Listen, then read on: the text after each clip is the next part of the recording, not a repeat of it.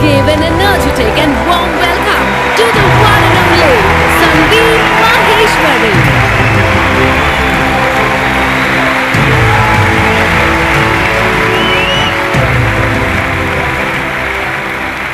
Good morning, everybody. एक छोटी सी request है, एक्सक्यूज मी, आप लोग जो आगे बैठे हुए हैं, स्टेज पे ना लाइट बहुत ज्यादा है, जिसकी वजह से मुझे पीछे तक दिख नहीं रहा है। तो आप एक बार चेक करके बताएंगे पूरा स्टेडियम खाली पड़ा है क्या?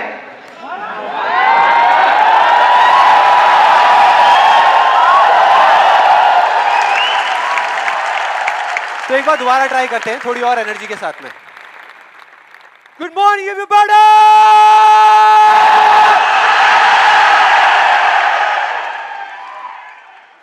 अब कुछ मजा आया। अब लग रहा है कि इस सेशन का नाम अनस्टॉपेबल है।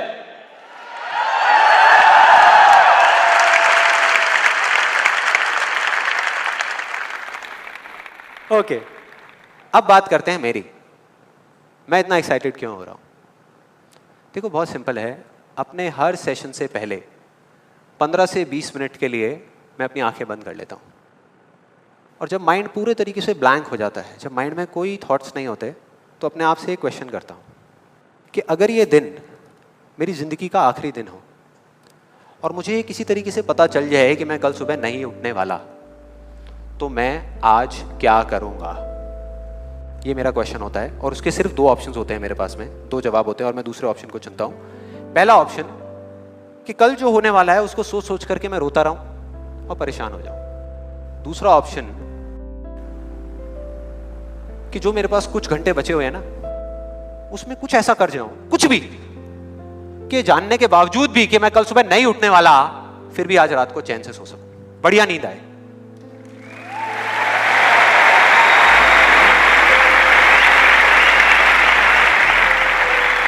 और इसीलिए आज यहां पर जो कुछ भी होने वाला है, जो कुछ भी, वो मेरे लिए सिर्फ एक सेशन नहीं है। जैसे जैसे सेशन आगे बढ़ेगा आपको समझ आएगा मैं बोल क्या रहा हूं। जैसे जैसे अब मैं आपको बताता हूं कि इस सेशन की शुरुआत कहां से हुई, कि मुझे इंस्पिरेशन कहां से मिली ये सेशन करने की। आज से 3 महीने पहले मेरे नाम से एक कुरियर आया ऑफिस में और उस एनवेलप पे लिखा हुआ था the first life changing seminar of Sandeep Maheshwari. तो जब मैंने उसको देखा तो मुझे लगा किसी ने मजाक किया है, क्योंकि मुझे अच्छे तरीके से याद था कि जो मेरा फर्स्ट लाइफ चेंजिंग सेमिनार हुआ था वहाँ पे सिर्फ 20-25 लोग बैठे हुए थे एक छोटे से कमरे में और किसी के हाथ में कोई कैमरा नहीं था। तो मेरे को लगा कि ऐसे ही किसी ने वो किया है, लेकिन फिर पता नहीं मेरे मन में क्या आया, मैंने उस वीडियो को प्ले कर दिया। और जैसे ही मैंने वो वीडियो देखनी शुरू करी तो मेरे तोते उड़ गए। मैंने कहा यार, मतलब था मैं ही स्क्रीन के ऊपर, लेकिन लग मुझे ऐसा रहा था जैसे मैं किसी और को देख रहा हूँ।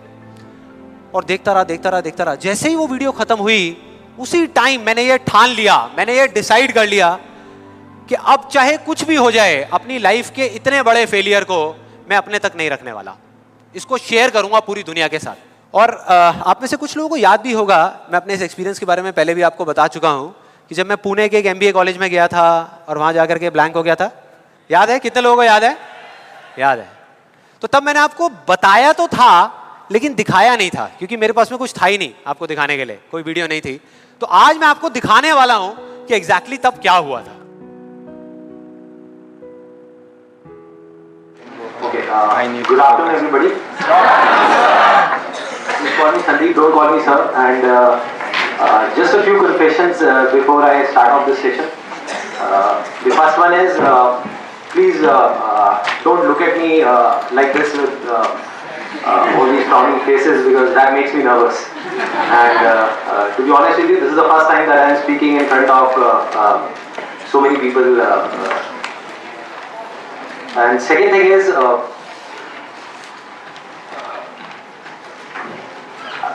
I'll be not talking about the theory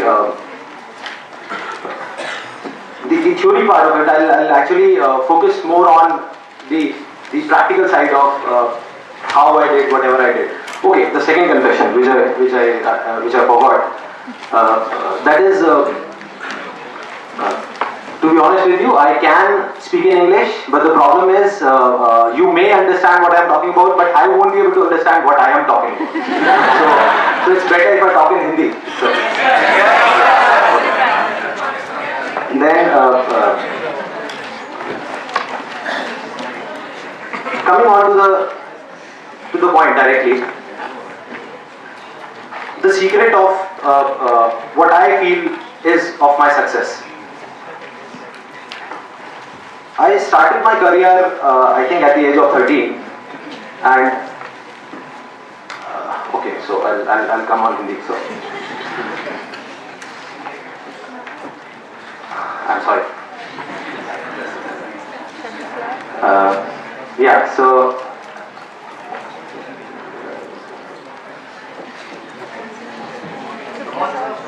yeah, I'll do it. The images बाजार स्टार्ट कर सकता हूँ तो ये भी कर सकता हूँ. So I think it's not that big a deal.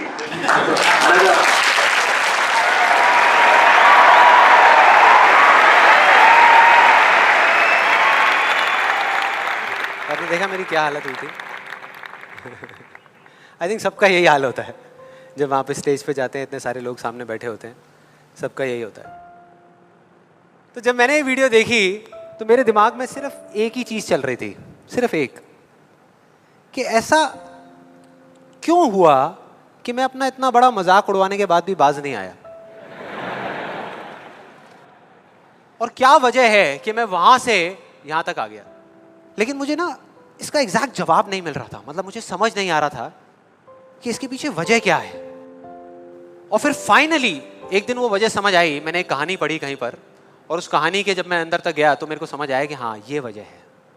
ये कहानी है दो बच्चों की जो एक गांव में रहते थे. उनमें से एक 6 साल का था और एक 10 साल का. दोनों बहुत अच्छे दोस्त थे, बिल्कुल शोले के जय और वीरू जैसे. दोनों हमेशा साथ साथ रहते, साथ साथ खेलते, साथ साथ खाते पीते, साथ साथ नहाते धोते. नहीं, धोते नहीं, ये थोड़ा ज़्यादा हो गया. तो एक दिन वो दोनों गांव से थोड़ा दूर निकल गए, और खेलते खेलते उनमें से जो बड़ा बच्चा था 10 साल वाला, वो एक कुएं में गिर गया और जोर जोर से चीखने चिल्लाने लग गया, क्योंकि उसको तैरना नहीं आता था. अब जो दूसरा बच्चा था, छोटा सा 6 साल का, उसने अपने आसपास में देखा और उसको कोई नजर नहीं आया, उसको कोई नहीं दिखा जिसको कि वो बुला सके हेल्प के लिए. और फिर उसकी नजर पड़ी एक बाल्टी पे जिस पे एक रस्सी बंधी हुई थी. उसने एक सेकंड भी वेस्ट नहीं किया, उस बाल्टी को उठा करके कुएं में फेंक दिया और अपने दोस्त को बोला कि पकड़ ले इसको. उसके दोस्त ने पकड़ा और वो अपनी पूरी ताकत लगा करके पागलों की तरह उसको खींचने लगा. खींचता रहा, अपनी पूरी जान लगा दी उसने. छोटे से बच्चे ने, 6 साल के और 10 साल के बच्चे ने उस बाल्टी को पकड़ा हुआ था. खींचता रहा और तब तक नहीं रुका जब तक उसने अपने दोस्त को बचा नहीं लिया, जब तक वो बाहर नहीं आ गया. अब यहां तक तो ठीक था, यहां तक तो ये कहानी समझ आती है. लेकिन हुआ क्या कि जैसे ही ये दो बच्चे, जब दोनों एक हो गए, जब बाहर आए और आकर के गले मिल रहे, रो रहे और खुश हो रहे, एक तरफ से उनको डर भी लग रहा था. डर था कि अब गांव जाएंगे तो बहुत पिटाई होगी जब उनको बताएंगे कि ऐसे हम कुएं में गिर गए और ये सब चीजें हुई. लेकिन मजे की बात, ऐसा कुछ भी नहीं हुआ. वो जब गांव गए और जा करके उन्होंने अपने घर वालों को बताया, बाकी गांव वालों को बताया, तो किसी ने विश्वास नहीं किया, पूरे गांव वालों ने. और वो अपनी जगह बिल्कुल ठीक थे, क्योंकि उस बच्चे में इतनी ताकत भी नहीं थी कि वो एक बाल्टी पानी से भरी हुई वो उठा सके. तो इतने बड़े बच्चे को इतनी ऊपर खींचना तो बहुत दूर की बात है. लेकिन एक आदमी था उस गांव में, उसने विश्वास कर लिया. उनको सब रहीम चाचा कहते थे, उस गांव के सबसे समझदार बुजुर्गों में से एक. और सबको लगा कि यार ये कभी झूठ नहीं बोलते, अगर ये कह रहे हैं तो जरूर कोई ना कोई बात होगी, कोई ना कोई वजह होगी जिस वजह से ऐसा कह रहे हैं. और फिर सारे गांव वाले इकट्ठे होकर के उनके पास में गए और जा करके बोले कि देखो जी, हमें तो कुछ समझ आ नहीं रहा, आप ही बता दो कि ऐसा कैसे हो सकता है. तो उनको हंसी आ गई. वो बोले कि यार इसमें मैं क्या बताऊं, वो बच्चा बता तो रहा है उसने कैसे किया. बाल्टी को उठा करके कुएं में फेंका, उसके दोस्त ने बाल्टी को पकड़ा, उसने रस्सी को खींचा और अपने दोस्त को बचा लिया. तो आपको पता तो है उसने कैसे किया, बच्चा बता तो रहा है, इसमें मैं क्या बताऊं. तो सारे गांव वाले उनकी शक्ल देख रहे. फिर कुछ देर बाद वो बोले कि सवाल ये नहीं है कि वो छोटा सा बच्चा ये कैसे कर पाया, सवाल ये है कि वो ये क्यों कर पाया, कि उसके अंदर इतनी ताकत कहां से आई है. और बोले इसका सिर्फ एक जवाब है, सिर्फ एक, कि जिस वक्त उस बच्चे ने ये किया, उस टाइम पे उस जगह पर दूर दूर तक कोई नहीं था, उस बच्चे को ये बताने वाला कि तू ये नहीं कर सकता।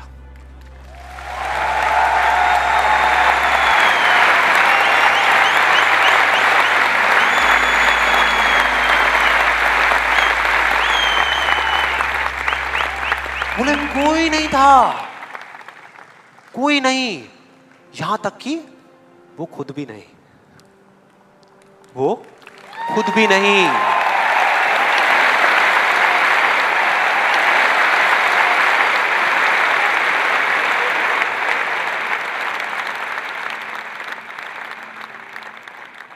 अब मैं आप लोगों से पूछता हूं कि अगर कुछ ऐसा हो जाए, अगर आपको भी उस बच्चे की तरह किसी की आवाज सुनाई ना दे जो आवाजें आपको रोकती है, ना किसी और की ना अपनी, तो क्या होगा?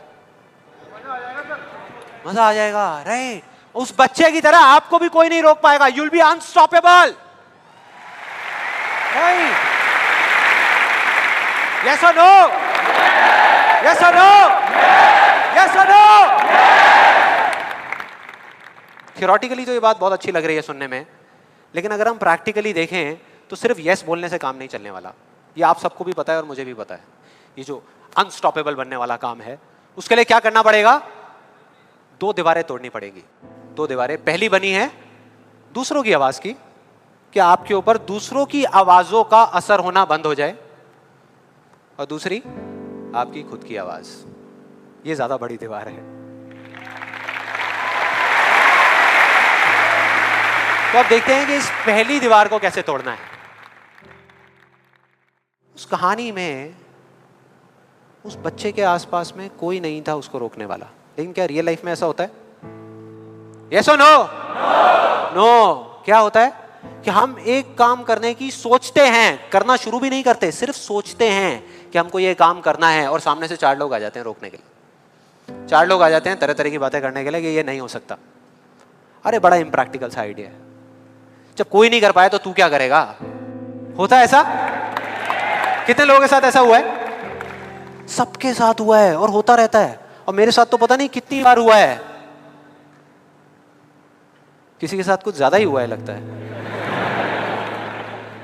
लगता है उनको राह चलते भी, मेट्रो में भी कोई मिलता है, अबे तू नहीं कर पाएगा, चल।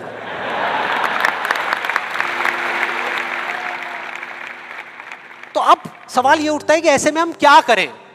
ऐसे में जो ऐसी बातें आपको बोल रहे हैं, ना तो आप उनका मुंह बंद कर सकते हो, ना अपने कान बंद कर सकते हो, क्योंकि वो लोग कोई राह चलते लोग नहीं होते, वो आपके अपने होते हैं। आपके अपने फ्रेंड्स हैं, रिलेटिव्स हैं, आपके घर में हैं, आपके ऑफिस में हैं। तो मैं आपको ये नहीं बोल सकता कि आप क्या करो ऐसी सिचुएशन में, लेकिन मैं ये बता सकता हूं कि मैं क्या करता था।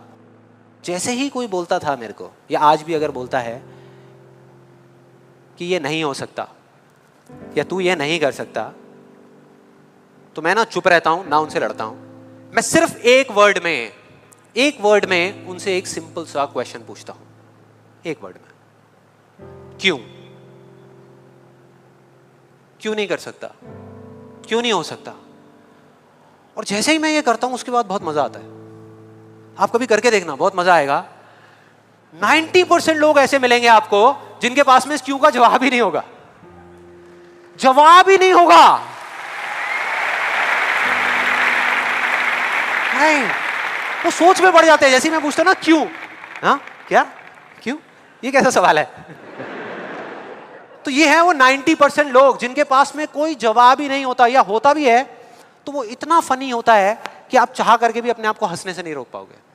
जैसे एक बार मेरे साथ हुआ था, जब मैं करीबन आई थिंक 18 साल का था और मैंने नया फोटोग्राफी का कोर्स किया था। तो हमारे घर में एक छोटा सा फंक्शन चल रहा था, और वहाँ पर मैं अपनी मदर के साथ और फादर के साथ में खड़ा हुआ कुछ बातें कर रहा था। इतनी देर में एक सामने से आंटी आई और आकर के बोली, संदीप। हाँ जी आंटी। बेटे क्या नया चक्कर चल रहा है तेरा आजकल? मैं डर गया। मैं मन ही मन सोच रहा, मैंने कहा इनको कैसे पता लगा मेरे नए अफेयर के बारे में? मैं और ही चला गया। फिर मैंने उनको देखा और डरते डरते उनसे मैंने कहा कि भाई आंटी जी क्या मतलब, मैं कुछ समझा नहीं, कौन सा चक्कर, क्या क्या कौन सा? तो आंटी ने बोला, कहते क्यों, तू ये फोटोग्राफी नहीं कर रहा आजकल? ये फोटोग्राफी का कोर्स नहीं किया तूने? तो उन्होंने बोला, मेरी थोड़ी सी जान में जान आई। मैंने कहा अच्छा, फोटोग्राफी की बात हो रही थी। फिर उन्होंने बोला, बेटा अगर तू बुरा ना माने तो एक बात कहूँ। मैंने कहा नहीं नहीं आंटी बोलिए ना। बेटे मेरी अगर तू माने ना, तो ये जो तू फोटोग्राफी के चक्करों में पड़ा है ना, ये सब बेकार की चीज़ें हैं। इससे अच्छा ये है कि तू कोई और ढंग का काम कर ले या अपनी पढ़ाई लिखाई में ध्यान दे। मैंने वही किया जो मैं हमेशा करता था। मैंने कहा क्यों आंटी जी, आपको ऐसा क्यों लगता है कि मेरा फोटोग्राफी में कुछ नहीं हो सकता, ये फोटोग्राफी बेकार की चीज़ क्यों है? तो उन्होंने जवाब दिया कि मेरी बहन का बेटा भी गया था बॉम्बे यही सब करने के लिए जो तू कर रहा है, और उसको 4 साल हो गए धक्के खा रहा है, उसका कुछ नहीं हुआ अभी तक। मैंने फिर सुना, फिर मैंने दोबारा से वही क्यों को ले आकर के चिपका दिया। मैंने उनसे पूछा, लेकिन आंटी मेरे को कुछ समझ नहीं आया कि अगर वो कुछ नहीं कर पाया तो मैं कुछ क्यों नहीं कर पाऊंगा? सीधा सा क्वेश्चन है यार।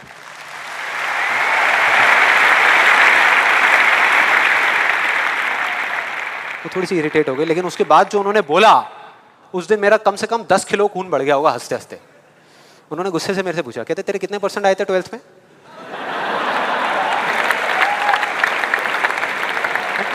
मतलब फोटोग्राफी से इसका कोई कनेक्शन नहीं है दूर दूर तक, लेकिन उनका ये सवाल था कितने % आए थे तेरे 12th में? मैंने कहा जी 85% आए थे आंटी। फिर उन्होंने एक अजीब सा एक्सप्रेशन दिया, मेरे को ऐसे देखा जैसे कि मेरे से बड़ा बेवकूफ़ इस पूरी दुनिया में कोई नहीं है, और बोली उसके 92% आए थे।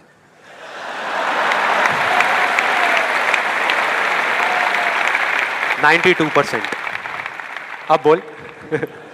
मैं कहा अब क्या बोलूं? अब बोलने को आपने छोड़ा क्या है? क्या कोई है जो ऐसी बातों को सीरियसली ले सकता है? नो, यस और नो? नो, ले ही नहीं सकते। अब बचे 10% लोग जिनके पास में जवाब होता है, एक जेन्युइन वजह होती है। मतलब वो आपको सिर्फ ये नहीं बोलते कि आप नहीं कर सकते, वो आपको बताते हैं कि वो ऐसा क्यों बोल रहे हैं। तो मुझे जब भी कोई ऐसा मिलता है तो मैं उनके पास में जाकर के शांति से बैठता हूं, उनकी सारी बात को समझता हूं, फिर अकेले में जाकर के उस प्रॉब्लम का सॉल्यूशन निकाल लेता हूं और अपने पूरे दिल से उस इंसान को थैंक्स करता हूं, क्योंकि इनडायरेक्टली ऐसे लोग हमको हेल्प करते हैं आगे बढ़ने में। लेकिन इसका मतलब ये नहीं है कि उन 10% लोगों की बातों को मैं ज्यादा सीरियसली लेता हूं, या अगर मेरे को उसका जवाब नहीं मिलता तो मैं रुक जाता हूं। क्योंकि जवाब नहीं है इसका मतलब ये नहीं कि हम चलना बंद करते हैं। फॉर एग्जाम्पल, अगर हम अपने घर से ये सोच करके निकले हैं कि जब सारी लाइट्स ग्रीन हो जाएंगी तब मैं अपने घर से निकलूंगा, तो निकल पाएंगे कभी? कोई भी ऐसा कुछ आपको बोलता है आकर के कि आप ये नहीं कर सकते, तो समझ लेना कि वो बोल तो आपको रहा है, लेकिन उसका इशारा आपकी तरफ नहीं है। वो बस इतना सा कहना चाहता है क्योंकि मैं इस काम को नहीं कर सकता।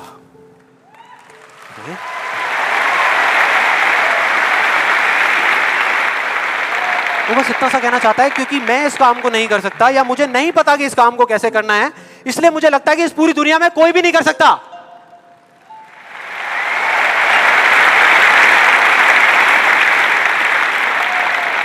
आप में से कितने लोगों ने कहावत सुनी है कि किसी पे जुल्म करना पाप है, लेकिन जुल्म सहना उससे भी बड़ा पाप है?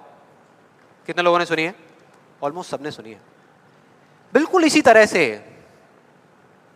तरह से कोई इंसान अगर जिंदगी में कुछ करना चाहता है ना, या कुछ बनना चाहता है, तो उसको जा करके ये बोलना कि तू ये नहीं कर सकता, उसकी हिम्मत को तोड़ना, उसकी उम्मीद को तोड़ना एक बहुत बड़ा पाप है।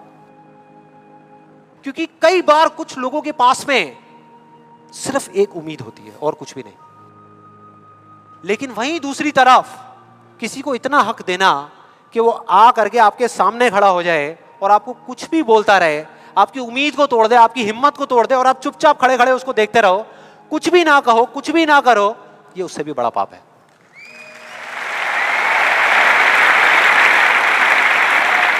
मतलब सिंपल है, ना हमें चुप रहना है, ना किसी से लड़ना है, सिर्फ सवाल करना है क्यों, और फिर देखो उनके कैसे पत्ते खुलते हैं, फिर मजा आएगा।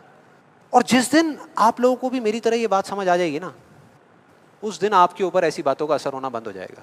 मतलब कि उस दिन ये जो पहली दीवार है जिसकी मैंने बात करी थी, वो अपने आप ही टूट जाएगी। उसके बाद इस पूरी दुनिया में किसी में दम नहीं होगा कि वो आपको आगे बढ़ने से रोक सके, सिवाय एक इंसान के। कोई बताएगा कौन है वो? आप खुद। एग्जैक्टली, आप खुद। और यही है वो दूसरी दीवार, यही है वो दूसरी दीवार जो पहली वाली से कई गुना बड़ी है। कई गुना बड़ी है। आज से बहुत साल पहले मैंने एक कहानी सुनी थी जिसका एक बहुत बड़ा इंपैक्ट हुआ था मेरी लाइफ पे। ये कहानी है एक ऑफिस की और उसके एम्प्लॉइज की। एक बार एक ऑफिस में जितने भी एम्प्लॉइज सुबह सुबह जब ऑफिस आते हैं अपने अपने कैबिन में, तो उनकी डेस्क के ऊपर एक लेटर पड़ा होता है, एक लेटर रखा हुआ होता है, और उस लेटर में लिखा था कि वो इंसान, इस कंपनी का वो एम्प्लॉय जिसकी वजह से आपकी प्रमोशन नहीं हो रही थी या जिसकी वजह से आप आगे नहीं बढ़ पा रहे थे, उसकी डेथ हो गई, वो मर गया है। और अब अगर आप आखिरी बार उस एम्प्लॉय की शक्ल देखना चाहते हैं तो ये एड्रेस है, यहां पर अगले 1 घंटे में पहुंच जाइए। जैसे ही उस एड्रेस पे गए तो वहां पर एक कॉफिन पड़ा हुआ था।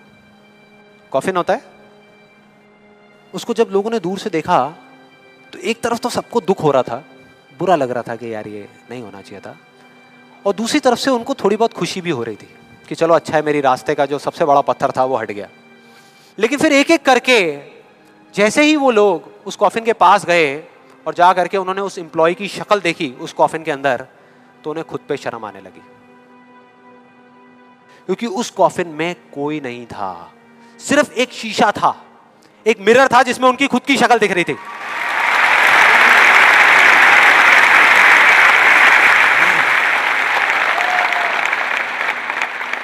हम सब भी तो यही करते हैं अपनी लाइफ में कि सारा ब्लेम उठा करके किसी सिचुएशन पे डाल दिया, किसी और इंसान पे डाल दिया, सब जगह डाल दिया सिवाय एक इंसान के, खुद पे। यहां पर कितने लोग इस बात को मानते हैं जो मैंने अभी अभी कही कि आपके रास्ते का सबसे बड़ा पत्थर और कोई नहीं, आप खुद ही हो? कितने लोग मानते हैं? सब लोग मानते हैं। लेकिन एक चीज और है यहां पर बहुत मजेदार, कि कोई भी इंसान, कोई भी, चाहे वो आप हो, चाहे मैं हूं, चाहे कोई भी है, वो जान करके अपने रास्ते का पत्थर क्यों बनेगा? अपना ही नुकसान क्यों करेगा? अपना ही दुश्मन क्यों बनेगा? फॉर एग्जाम्पल, अगर अभी मैं यहाँ पर थोड़ी सी लकड़ियाँ इकट्ठी करके आग लगा दूँ और आप लोगों से रिक्वेस्ट करूँ कि यार प्लीज़ मेरी खातिर 5 मिनट के लिए आ करके इस आग में जल जाओ, 5 मिनट के लिए, कुछ नहीं होगा, मैं गारंटी दे रहा हूँ, आपको बिल्कुल भी दर्द नहीं होगा, बहुत मज़ा आएगा। कितने लोग तैयार हैं यहाँ पर आने के लिए? कितने लोग तैयार हैं? हाँ, जो 1-2 लोग हाथ ऊपर उठा रहे हैं ना, उनको लग रहा है कि मैं भुट्टा सेकने की बात कर रहा हूँ। भाई साहब, आपको सेकने की बात हो रही है उस आग में। कोई नहीं आएगा, कोई नहीं आएगा। क्यों? क्योंकि कोई भी इंसान हो वो जानबूझ करके अपना नुकसान कभी नहीं करेगा, कभी भी नहीं करेगा।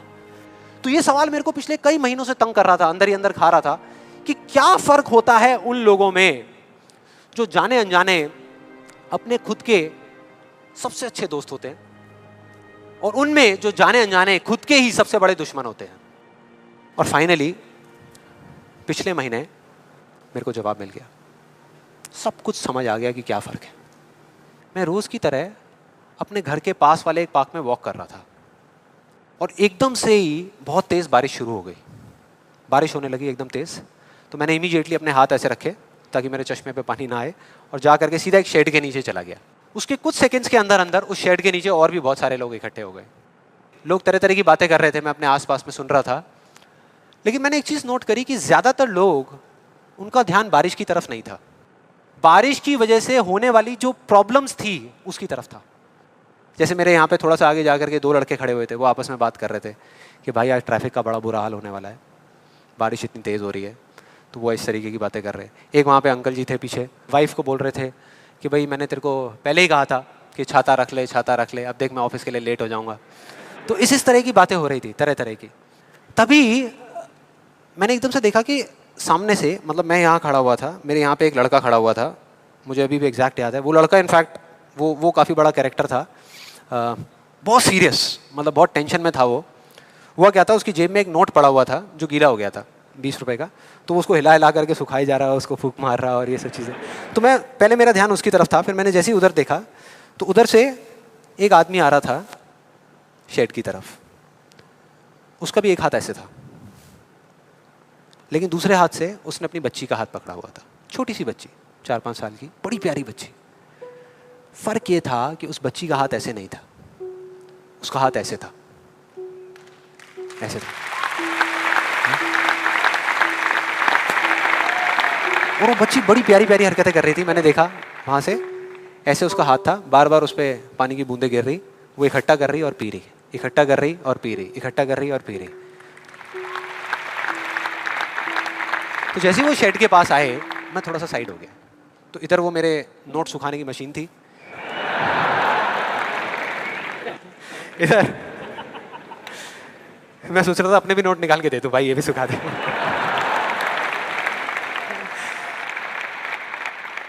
इधर वो बच्ची खड़ी हुई थी, वो छोटी सी प्यारी सी, और मेरा फिर पूरा ध्यान उस बच्ची की तरफ ही था, इतनी इतनी प्यारी बच्ची। और इधर उसके पापा अपने मोबाइल पे कुछ काम कर रहे थे।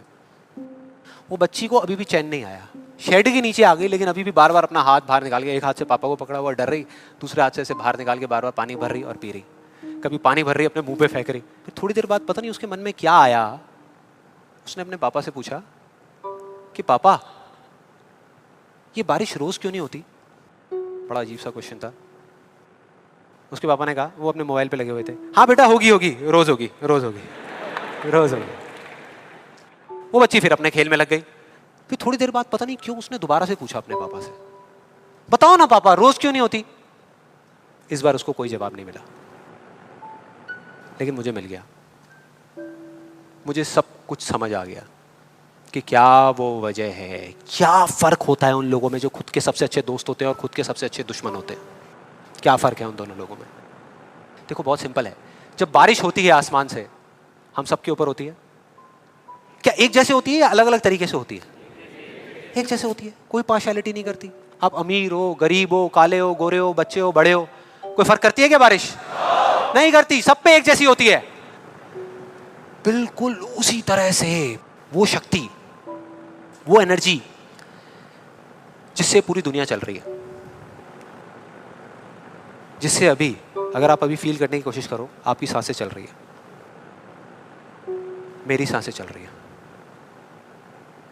जिस शक्ति में इतनी ताकत है कि अगर वो चाहे तो एक सेकंड भी नहीं लगेगा, इस पूरी दुनिया को खत्म कर सकती है, और एक सेकंड के 1 करोड़वें हिस्से में इस दुनिया को दोबारा से बना भी सकती है।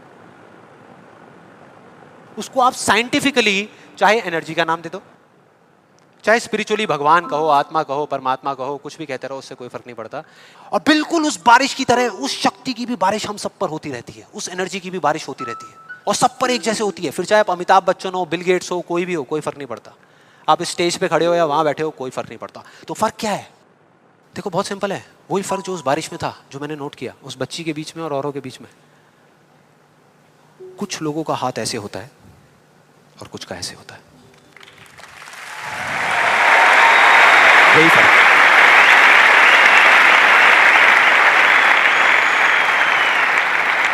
जिनका ऐसे होता है वो बारिश उन पर होती तो है, लेकिन छू करके बह जाती है, चली जाती है, उनके अंदर तक नहीं जा पाती, अपना काम नहीं कर पाती।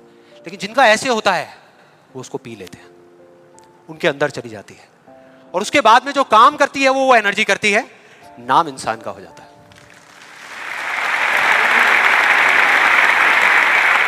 नाम हो जाता है कि वो कर रहा है, वो कर रहा है, वो कर रहा है। अरे कौन कर रहा है? वही एनर्जी पीछे से काम कर रही है।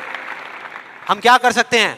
अगर मैं आपको कहूं कि हमारी बॉडी के जितने भी फंक्शंस हैं, उसमें से 99% फंक्शन से ज्यादा ऐसे हैं, डाइजेशन से लेकर के, ब्रीदिंग से लेकर के, ये सारी चीजें जो हम कंट्रोल नहीं करते, जो हमारे कंट्रोल में है ही नहीं। 1% चीजें हम कंट्रोल करते हैं और 100% क्रेडिट ले जाते हैं। और अब मजे की बात पता है क्या है? सबसे मजेदार बात कि यहां पर हम जितने भी लोग बैठे हुए हैं ना, हम सबको पता है कि अगर हमारे हाथ अभी ऐसे हैं तो ऐसे कैसे लाने हैं, क्योंकि बचपन में हम सबके बाय डिफॉल्ट हाथ ऐसे ही थे, सबके। फिर धीरे धीरे कुछ लोगों के यहाँ चले गए, कुछ के यहीं रह गए। जिनके यहाँ रह गए उनको हम सक्सेसफुल बोलते हैं, जिनके यहाँ चले गए उनको हम फेलियर्स बोलते हैं, अलग अलग फील्ड्स में। तो कोई बताएगा कि ऐसा क्या था जो बचपन में हम एक दिन में हजारों बार करते थे और अब हजारों दिनों में एक बार भी नहीं करते? याद करो वो बच्ची क्या कर रही थी उस पार्क में, बार बार क्या कर रही थी? एग्जैक्टली क्वेश्चन पूछ रही थी, मतलब के सवाल कर रही थी। Let's give a big hand for her.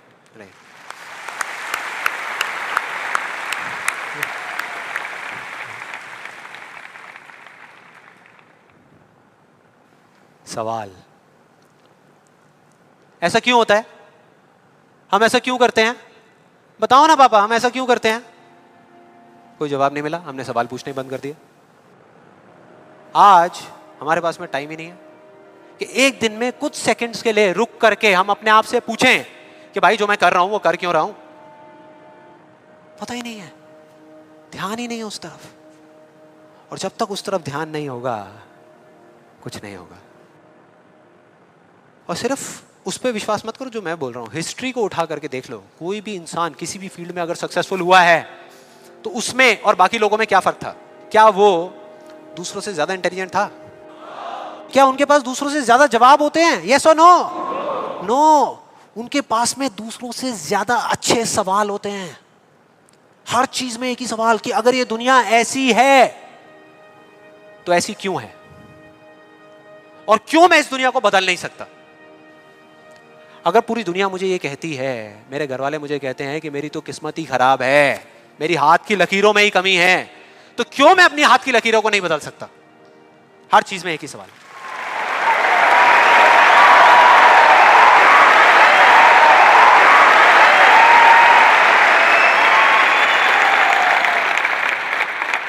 और दूसरी तरफ किसी फेलियर के पास चले जाओ, उनके पास आपको सिर्फ जवाब मिलेंगे, सवाल एक भी नहीं। सिर्फ एक्सक्यूजेस मिलेंगे, सिर्फ बहाने मिलेंगे, बस। सवाल पूछ ही नहीं रहे तो जवाब मिलेगा कहां से?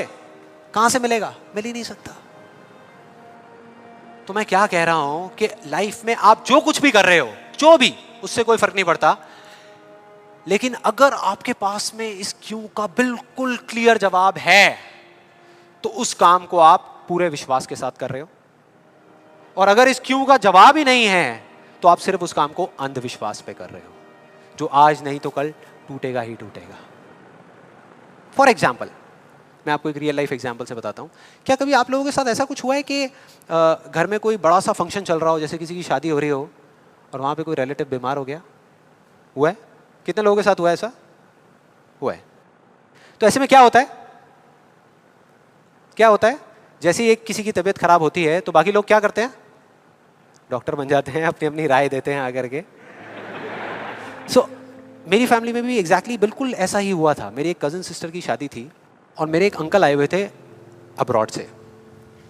उनकी तबीयत खराब हो गई, उनको बुखार हो गया, और जैसे ही एक एक करके सब लोगों को पता लगा तो सब लोग आए और आ करके अपने अपने आइडियाज़ देने लगे। एक आंटी जी आई, काढ़ा बना करके, अपना अदरक का, तुलसी का, शहद का वो काढ़ा बना करके, बेटा ये पी लो, 2 घंटे में ठीक हो जाओगे, बुखार अभी उतर जाएगा, बहुत पुराना नुस्खा है। उसके बाद में एक अंकल आए, बड़े फनी, वो आ करके उन्होंने ऐसे उनके सर पे हाथ रखा, गर्म हो रहे हैं। फिर उन्होंने कहा कुछ नहीं है, इनको ठंडी बर्फ़ की पट्टियाँ कर दो, अभी सारा बुखार उतर जाएगा। ऐसे सब तरह तरह के लोग आ रहे थे, तरह तरह के, और अपने अपने आइडियाज़ दे रहे थे। सबको पूरा विश्वास था कि ये करने से वो ठीक हो जाएंगे, उनका बुखार उतर जाएगा। लेकिन इसका बिल्कुल उल्टा हुआ। अगले दिन सुबह उनका बुखार कम होने की बजाय और बढ़ गया, तेज़ हो गया। और अब ऐसे में बड़ा मज़ा आता है कि जो लोग जितना ज़्यादा कॉन्फिडेंट थे ना अपने नुस्खे को लेकर के, वो उतना ही पीछे हट गए। उनका जवाब था कि भाई मैं तो कल ही कह रही थी कि डॉक्टर को बुला लो, किसी ने मेरी सुनी नहीं। हाँ? डॉक्टर आया, वहाँ पे आ करके उसने पूरा चेकअप किया, कुछ टेस्ट बताए, शाम तक रिपोर्ट्स आई और पता लगा कि उनको मलेरिया था। डॉक्टर को जैसे ही पता लगा उसने कुछ दवाई दी और अगले कुछ दिनों में वो बिल्कुल ठीक हो गए। तो क्या फर्क था डॉक्टर में और बाकी लोगों में? डॉक्टर ने कुछ भी करने से पहले, मतलब कि अपना इलाज शुरू करने से पहले, कोई भी नुस्खा बताने से पहले ये पता लगाया कि उनको बुखार क्यों हुआ, और बाकी किसी ने ये पता लगाना जरूरी ही नहीं समझा कि उनको बुखार हुआ क्यों। डॉक्टर को पता था कि उस बीमारी का कॉज क्या है, उसकी जड़ क्या है, उसकी वजह क्या है, और इस वजह से उसको पूरा विश्वास था कि मैं ये दवाई दूंगा और वो ठीक हो जाएंगे। बाकी सब जो कह रहे थे कि हमको विश्वास है, उनको सिर्फ अंधविश्वास था कि वो ठीक हो जाएंगे, वो विश्वास नहीं था।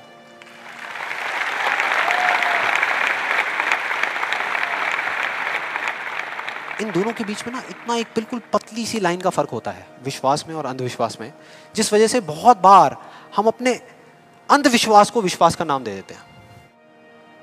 और इसका आज की डेट में सबसे बड़ा एग्जाम्पल, सबसे बड़ा, वो है लॉ ऑफ अट्रैक्शन। सुना है यहाँ पे? कितने लोगों ने सुना है लॉ ऑफ अट्रैक्शन के बारे में?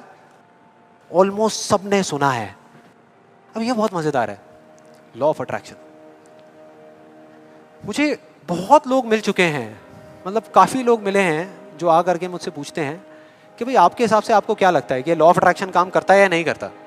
तो मेरा सिंपल सा जवाब होता है कि अगर आप मेरा जवाब चाहते हो तो जवाब है हाँ, कि ये काम करता है। साइंटिफिकली जिसको बोलते हैं law of cause and effect, और स्पिरिचुअली जिसको बोलते हैं लॉ ऑफ कर्मा, ये उसके ऊपर बेस्ड है। तो इसमें कोई शक नहीं है कि ये काम करता है, लेकिन वैसे नहीं जैसे कि कुछ लोग अपनी बुक्स के थ्रू और वीडियोस के थ्रू इसके बारे में बता रहे हैं, वैसे नहीं। आप में से कितने लोगों ने वीडियो देखी है? बहुत सारे लोगों ने देखी है, तो आप शायद समझ जाएंगे। बाकी लोगों के लिए मैं थोड़ी एक्टिंग करके दिखाता हूँ, अपना वो थोड़ा फिरंगी स्टाइल में, वो जो डबिंग करके बोलते हैं ना, ये बिल्कुल एक अलादीन के चिराग जैसा है।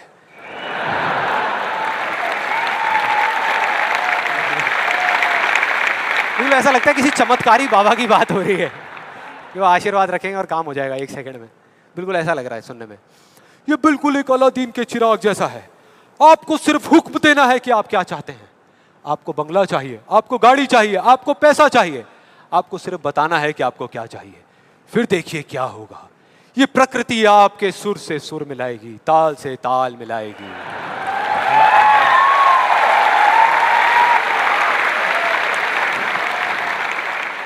और उसके बाद बड़ा मजा आता है। एक बंदा आता है वहां पे उस वीडियो में, वो आकर के कहता है अच्छा इतना आसान है, तो मैं 3 लड़कियों के साथ डेट पे जाना चाहता हूं। 3 लड़कियों के साथ। और उसको बोलते हैं, उसको जवाब मिलता है उस लॉ ऑफ अट्रैक्शन वाले लोगों से, आपको कुछ भी नहीं करना, आपको सिर्फ एक पेंटिंग बनानी है।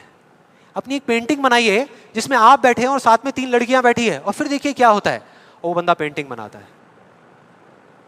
उसके कुछ दिन बाद किसी चमत्कार की वजह से वो लड़का एक पार्क में बैठा होता है, उसके आसपास में 3 लड़कियां बैठी होती हैं, और उसमें से एक लड़की उसको अंगूर खिला रही होती है। भाई क्या है ये? क्या है ये? अगर मजाक नहीं है तो आप में से कितने लोगों ने ये ट्राई किया? मैं लॉ ऑफ अट्रैक्शन की बात कर रहा हूं, 3 लड़कियों के साथ डेट पे जाने की बात नहीं कर रहा। ऐसे पता नहीं कितने एग्जाम्पल्स हैं उस बुक में, उस वीडियोस में। एक सबसे फनी एग्जाम्पल जो बहुत लोग ट्राई कर रहे हैं, आई एम श्योर यहाँ पे भी बहुत लोगों ने ट्राई किया होगा, कार पार्किंग का।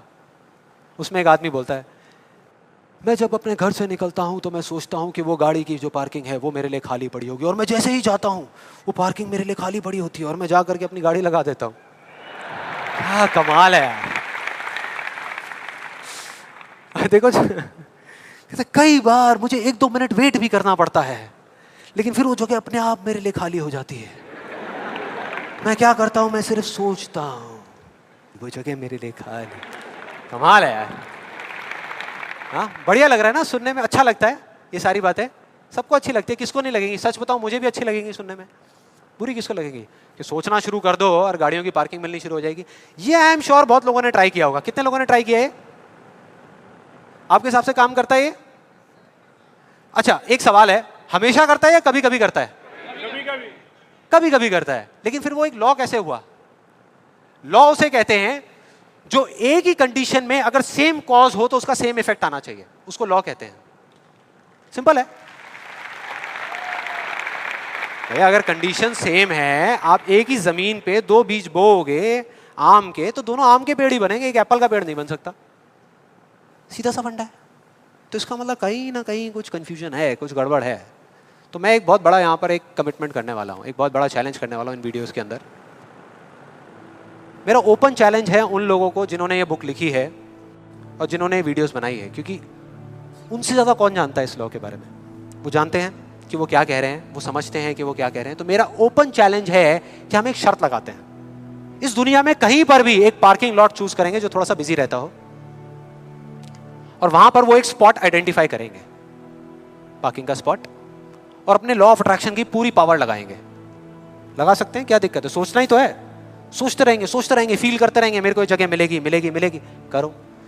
जिस दिन उनको वो जगह मिल गई, मेरा एक कमिटमेंट है और मैं ये ओपन चैलेंज कर रहा हूं, उनको मैं 1 लाख रुपए दूंगा। और जिस दिन नहीं मिली, उन्हें मुझे सिर्फ 10,000 रुपए देने हैं। सिर्फ 10,000 रुपए, मतलब 1 का 10। कुछ लोगों का दिमाग चलना शुरू हो गया, अबे ये बढ़िया यार, मैं जा रहा हूं। मैं आ रहा हूं इस चैलेंज के लिए। कितने लोगों को लगता है कि वो आएंगे, इस चैलेंज को एक्सेप्ट करेंगे? कितने लोगों को लगता है नहीं आएंगे? वो नहीं आएंगे, वो आ ही नहीं सकते, क्योंकि उन्हें भी पता है कि सच क्या है और झूठ क्या है। वो सब अच्छे तरीके से इस बात को जानते हैं, क्योंकि मैं जिस लॉ के बेसिस पे बात कर रहा हूं, मैं कोई थियोरेटिकल कॉन्सेप्चुअल बात नहीं कर रहा, मैं बात कर रहा हूं लॉ ऑफ प्रोबेबिलिटी के बेस पे, जिसके बेस पे इस दुनिया के सारे कैसीनोस चल रहे हैं। एक बिजी पार्किंग है 100 गाड़ियों की, उनको उस स्पॉट पे पार्किंग मिलने की प्रोबेबिलिटी क्या है? 1:100 एग्जैक्टली, 1%। उनको नहीं मिलने की क्या है? 99:100। मतलब यहां पर एक बहुत बड़ा मैसेज है, जरूरी नहीं है जो बातें सुनने में अच्छी लग रही है वो एक्चुअल में अच्छी हो। यहां किसी ने बैंक लोन लिया हुआ है? किसी ने कोई बैंक लोन लिया हुआ है? हाँ, तो जो आपने बैंक लोन लिया हुआ है, आपकी मंथली EMI जाती होंगी बैंक को, इंस्टॉलमेंट जाती होंगी, जाती हैं? तो अब मैं आपको 2 ऑप्शंस देने वाला हूं, 2 ऑप्शंस। आप बताना आपको सुनने में कौन सा ऑप्शन ज्यादा अच्छा लग रहा है। पहला ऑप्शन कि आप जो काम कर रहे हो उसको पूरा दिल से करो, दिन रात करो, खूब काम करके जो आप पैसा कमाते हो उससे वो इंस्टॉलमेंट्स पे कर दो। दूसरा ऑप्शन है कि आपको ये सोचना है कि बैंक अपना जो लोन है वो माफ कर देगा और अपना पैसा वापस मांगना बंद कर देगा, और रातों रात कहीं से आपके कोई दूर के अंकल आपको 25-25 हजार रुपए महीने के चेक भेजना शुरू कर देंगे। कौन सा ऑप्शन ज्यादा अच्छा लग रहा है सुनने में, पहला या दूसरा? दूसरा। यही वजह है, इसी वजह से ये सब हो रहा है। वो जो झूठ बोल रहे हैं ना, उनकी कोई गलती नहीं है, वो ही बोल रहे हैं जो लोग सुनना चाहते हैं, और वो नहीं जो सच है, क्योंकि सच बहुत कम लोग सुनना चाहते हैं। इस वजह से सारी चीजें हो रही हैं।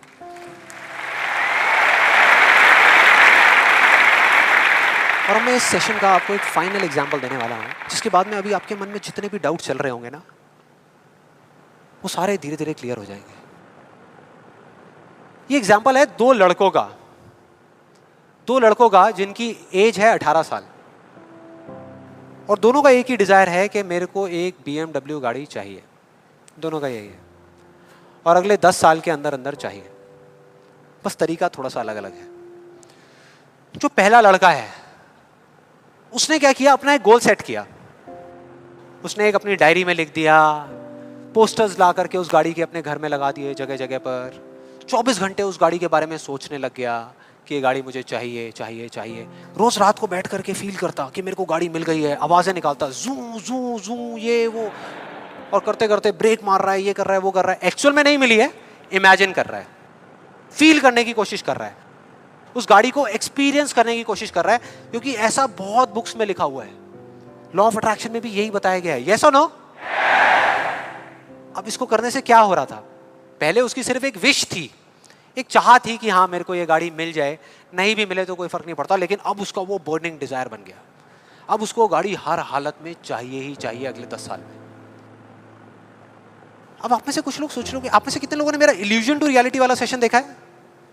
आप सोच रहे हो कि यार आपने इल्यूजन टू रियलिटी में भी तो यही बात करी है, और आप खुद ही उसके अगेंस्ट बोल रहे हो। लग रहा है कुछ लोगों को, लग रहा है ऐसा लग रहा है। देखो मैंने क्या कहा था आपको अभी थोड़ी देर पहले, कि विश्वास और अंधविश्वास में सिर्फ एक पतली सी लाइन का फर्क होता है, इधर कुछ और इधर कुछ और। अगर आप ध्यान से मेरी जितनी भी वीडियोस देखोगे, आज तक मैंने जो कुछ भी कहा उसको देखोगे, तो मैंने किस चीज के बारे में बात करी है? किसी चीज को हासिल करने के बारे में, गाड़ियों के बारे में, पैसे के बारे में, बंगले के बारे में, या किसी काम पे फोकस करने के बारे में? काम पे फोकस करने के बारे में, चीज के बारे में नहीं। मतलब इस टेक्निक में कोई कमी नहीं है। इस टेक्निक को यूज जो लोग कर रहे हैं 90% वो गलत तरीके से कर रहे हैं, जिस वजह से प्रॉब्लम्स क्रिएट हो रही है। अब दूसरे लड़के की बात करते हैं, उसमें और इसमें क्या फर्क था। दूसरा जो लड़का था उसका भी डिजायर था कि मुझे ये गाड़ी चाहिए, बस एक छोटा सा फर्क था। उसने एक सवाल पूछ लिया अपने आप से, उसने एक सवाल पूछ लिया अपने आप से कि मुझे ये गाड़ी क्यों चाहिए, क्यों चाहिए।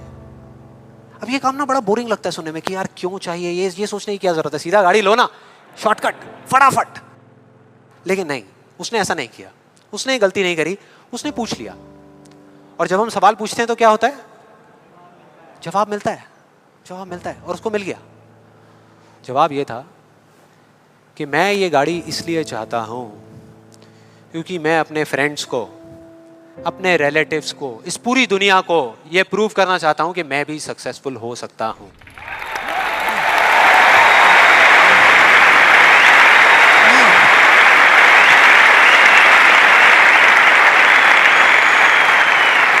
तो उसको जवाब मिल गया कि मैं ये इसलिए चाहता हूं क्योंकि मैं प्रूव करना चाहता हूं। फिर उसने दोबारा सवाल किया कि क्यों, मैं क्यों अपने आसपास वालों को, इस पूरी दुनिया को ये प्रूव करना चाहता हूं, क्यों करना चाहता हूं? और फिर उसको एक जवाब मिला, क्योंकि मेरे आसपास में जितने भी लोग हैं वो सब यही कर रहे हैं। उसने एक आखिरी सवाल पूछा और जब उसका जवाब मिला ना तो वो हिल गया, उसके सारे फंडे क्लियर हो गए। वो सवाल था कि सब ऐसा क्यों कर रहे हैं, और उसको जवाब मिला, सब ऐसा इसलिए कर रहे हैं क्योंकि सब ऐसा ही कर रहे हैं। बस उसको समझ आ गया कि एक रेस लगी हुई है जहां पर सब भाग रहे हैं, कोई तेज भाग रहा है, कोई धीरे भाग रहा है, लेकिन किसी को पता ही नहीं है कि वो भाग क्यों रहे हैं। और जैसे ही उसको ये समझ आया, उसको ये जवाब मिला, तो उसको ये तो नहीं पता था कि मैं अब क्या करने वाला हूं, लेकिन उसको ये समझ आ गया कि मुझे क्या नहीं करना। उसने डिसाइड कर लिया उसी टाइम, उसी मोमेंट में ये डिसाइड कर लिया कि मुझे नहीं बनना इस रैट रेस का हिस्सा, मुझे नहीं प्रूव करना किसी को कुछ भी, मुझे नहीं चाहिए कोई गाड़ी वाड़ी। अब मैं वो करूंगा जो मेरा दिल कहता है, जो मेरे अंदर की आवाज है। बाढ़ में गई दुनिया। और जैसे ही उसको ये अंदर से उसकी आवाज आई कि मुझे ये चीज करनी है, तो वो जवाब उसके अंदर से ही निकल करके आ गया। और उसको जवाब मिला कि 3 साल पहले वो सबसे ज्यादा क्लोज इस पूरी दुनिया में अपने फादर के था, अपने पापा के, और दोनों का रिलेशन एक बाप बेटे का कम और एक दोस्त का ज्यादा था। उसके पापा की एक छोटी सी हैंडीक्राफ्ट की दुकान थी दिल्ली में, और वो क्या करते थे, छोटे छोटे गांव में जाते और जा करके वहाँ के कारीगरों से कुछ सामान लेकर के आते और अपनी दुकान में बेचते। ये उनका काम था।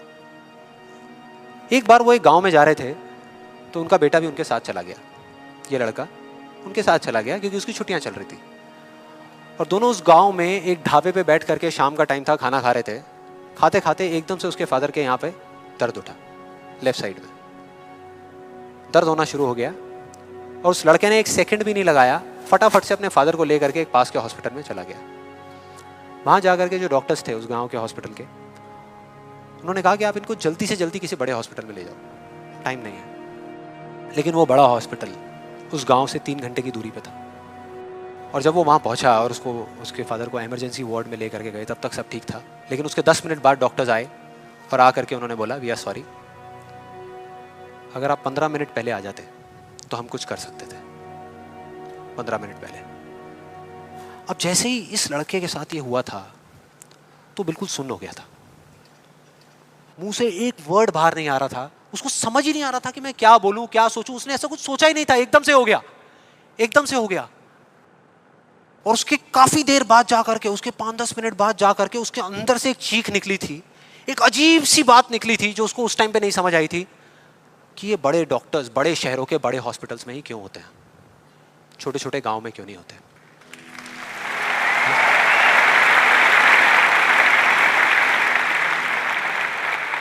उस टाइम उसको नहीं समझ आया, आज समझ आ गया। उसको समझ आ गया कि मेरे साथ ऐसा क्यों हुआ था, जिससे कि मैं एक डॉक्टर बनूं और जा करके छोटे छोटे हॉस्पिटल्स में काम करूं, ना कि एक गाड़ी खरीदूं।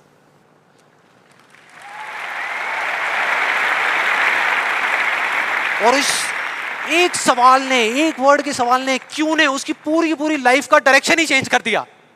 जहां एक तरफ उससे एक दिन में 1 घंटा भी पढ़ाई नहीं होती थी, अब वो दिन में 12-12 घंटे पढ़ने लगा। उसके कुछ साल बाद वो एक हार्ट सर्जन बन गया और जा करके कुछ बड़े हॉस्पिटल्स में बड़े डॉक्टर्स को असिस्ट करने के बाद में छोटे छोटे गांव में चला गया। ये थी उस दूसरे लड़के की कहानी।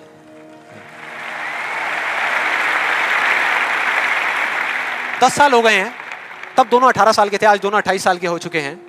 लेकिन क्या दोनों की लाइफ में थोड़ा बहुत फर्क होगा? एक बार देखते हैं एग्जैक्टली कि क्या फर्क होगा। जो पहला लड़का था उसने इस लॉ को पूरे विश्वास के साथ प्रैक्टिस किया, लॉ ऑफ अट्रैक्शन को पूरे विश्वास के साथ कि ये काम करता है, करेगा करेगा, इतने लोग बोल रहे हैं गलत थोड़ी होंगे, पूरी दुनिया बोल रही है कि ये काम करता है। उसने किया, लेकिन फ्यूचर किसी के हाथ में नहीं है ना, उसको नहीं मिला, उसको वो गाड़ी नहीं मिली। क्या होगा उसके साथ में? क्या होगा? खुश रहेगा? टूट जाएगा, पागल हो जाएगा, बिखर जाएगा, समझ ही नहीं आएगा कि हो क्या रहा है मेरे साथ में। यह है एक सिचुएशन। दूसरी सिचुएशन कि उसको BMW गाड़ी नहीं मिली लेकिन होंडा सिटी मिल गई। अब क्या होगा? खुश रहेगा?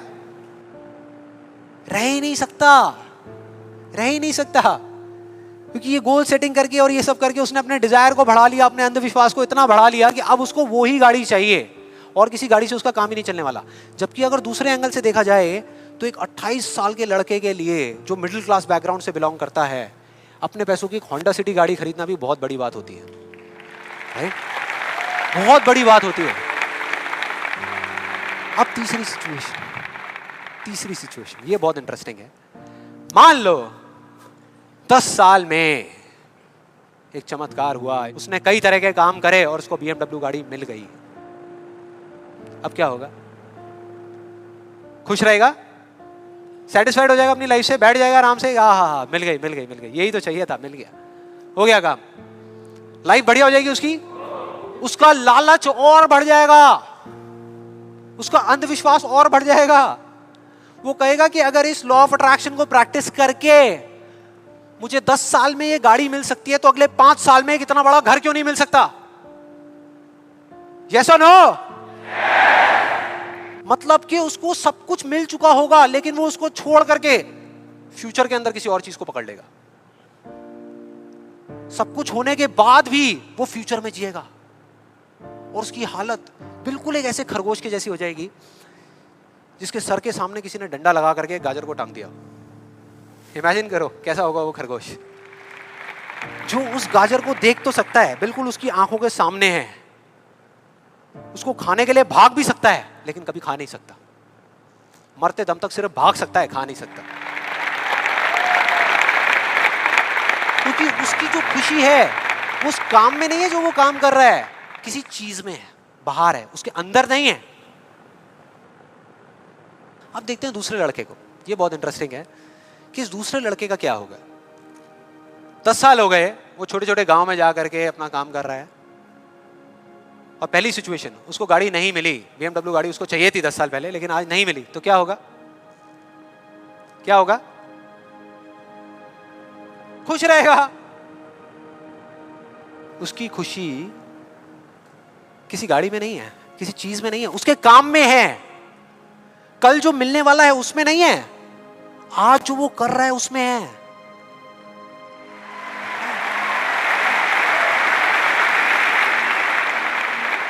दूसरी सिचुएशन, उसको BMW नहीं मिली, होंडा सिटी मिल गई, तो क्या होगा?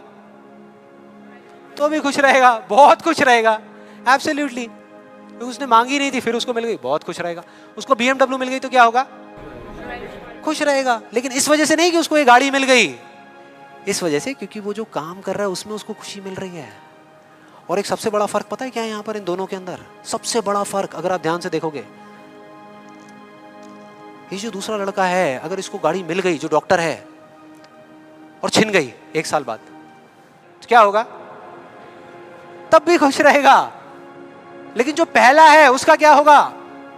अरे वो सिर्फ डर में जिएगा, वो सिर्फ डर में जिएगा। जो है उसको खोने का डर, जो मैं चाहता हूं उसके ना मिलने का डर, 24 घंटे सिर्फ डर।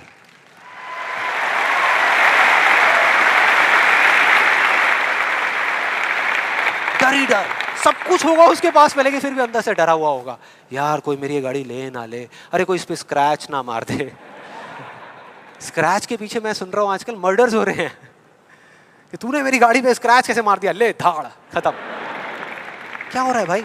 क्या हो रहा है? किस वजह से हो रहा है? उसकी जड़ क्या है? यही है जिसकी मैं बात कर रहा हूं अभी, यही है।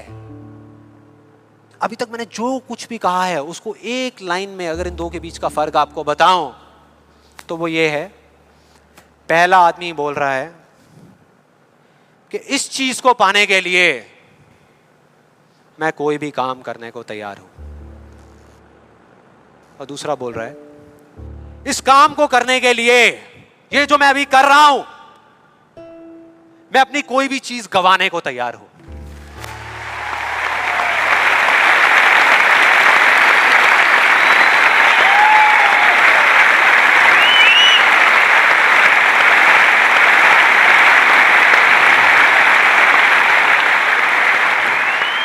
एक की जिंदगी का मकसद है, जो पहला है पाना, हासिल करना, उस चीज पे कब्जा करना किसी भी तरीके से, बस वो चीज मेरे हाथ में आ जाए। फिर चाहे इसके लिए उसको धर्म के रास्ते पे चलना पड़े या अधर्म के, वो चलेगा। उसको सही काम करना पड़े या गलत करना पड़े, वो करेगा। लेकिन दूसरा, उसके लिए अपने अंदर की आवाज को सुन करके, अपने अंदर की मतलब कि अपने दिल की आवाज को सुन करके किया गया कर्म ही इस दुनिया का सबसे बड़ा धर्म है।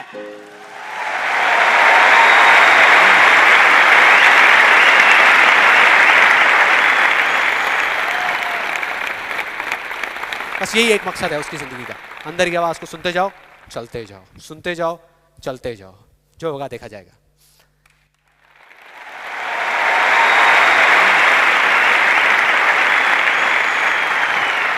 और इस गलत फहमी में मत रहना कि जो पहला है उसको दूसरे से ज्यादा मिलेगा, ये सोचना भी मत। जो पहला है ना, उसको चाहे कितना भी मिल जाए, कितनी भी चीजें मिल जाए, कितना भी कुछ हो उसके पास में, लेकिन उसमें और एक भिखारी में कोई फर्क नहीं है, कोई फर्क नहीं है। दोनों का सिर्फ एक काम है, मांगना, मांगना। तो अगर उसको मिला भी, पहले वाले को अगर मिला भी, तो बस इतना ही मिलेगा जितना वो मांग सकता है या जहां तक वो सोच सकता है, उससे ज्यादा नहीं मिल सकता। लेकिन जो दूसरा है, उसको जिस दिन मिलना शुरू होगा ना, बिना कुछ मांगे, बिना मांगे, वो इतना होगा, इतना होगा जितना वो खुद तो क्या, इस पूरी दुनिया में कोई सपने में भी नहीं सोच सकता, सपने में भी नहीं सोच सकता।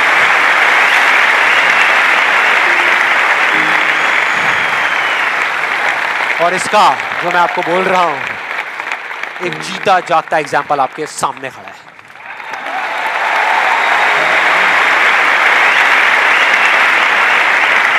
और जिस दिन आपने भी मेरी तरह इस रास्ते पे चलना शुरू कर दिया, तो वो दिन दूर नहीं है जब आपके पास सब कुछ होगा, आपके आसपास में जो आपको चाहिए उससे बहुत ज्यादा होगा, सब कुछ होगा, लेकिन फिर भी अपना कुछ भी खोने का डर नहीं होगा। चला जाए, चला जाए, चला जाए, ये जाए, वो जाए, कुछ भी जाए, कोई डर नहीं है। और ये डर नाम की दीमक है ना, जो लोगों की आंखों में दिखती है, जो अंदर ही अंदर लोगों को खोखला कर रही है, वो आपके अंदर जाना तो दूर, आपको छू भी नहीं पाएगी, छू भी नहीं पाएगी। You will be fearless। ना जीने का लालच, ना मरने का डर। जो करोगे यहां से करोगे।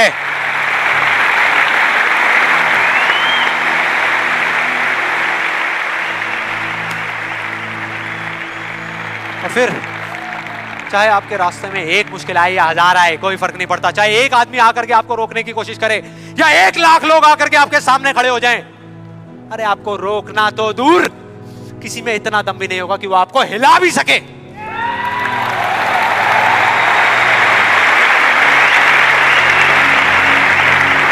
क्योंकि उस दिन आप पर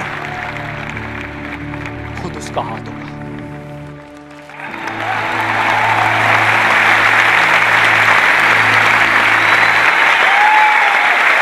और फिर अगर आप चाहोगे भी ना, चाहोगे भी, तो भी अपने आप को आगे बढ़ने से नहीं रोक पाओगे। You'll be unstoppable! You will be unstoppable!